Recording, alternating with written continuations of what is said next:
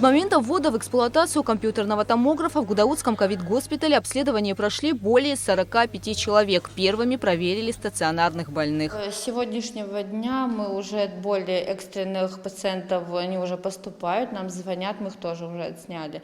То есть работу мы начинаем постепенно, никаких ограничений в количестве пациентов у нас в принципе, как нам объяснили инженеры, нет, все нормально, работаем.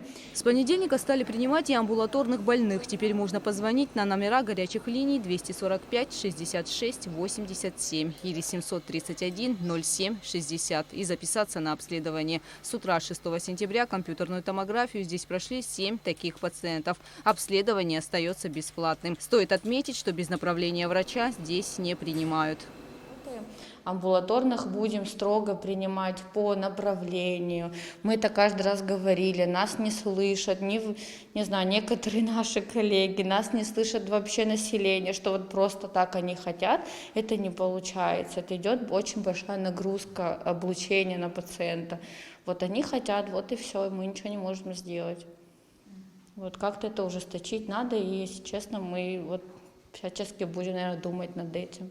4 сентября российские специалисты заменили испорченную трубку КТ, которую Минздрав республики приобрел за более чем 3,5 миллиона рублей. Также проверили и работоспособность источника бесперебойного питания. Было проведено проверочное исследование. В этот же день министр здравоохранения Эдуард Будба подписал акт ввода в эксплуатацию компьютерного томографа в присутствии представителей компании Foresight Medical. Годовое гарантийное обслуживание аппарата КТ с подключением модуля удаленного доступа обошлось в 800 тысяч рублей. И вот сейчас на днях тоже ждем, к нам приедет программист, который установит программу.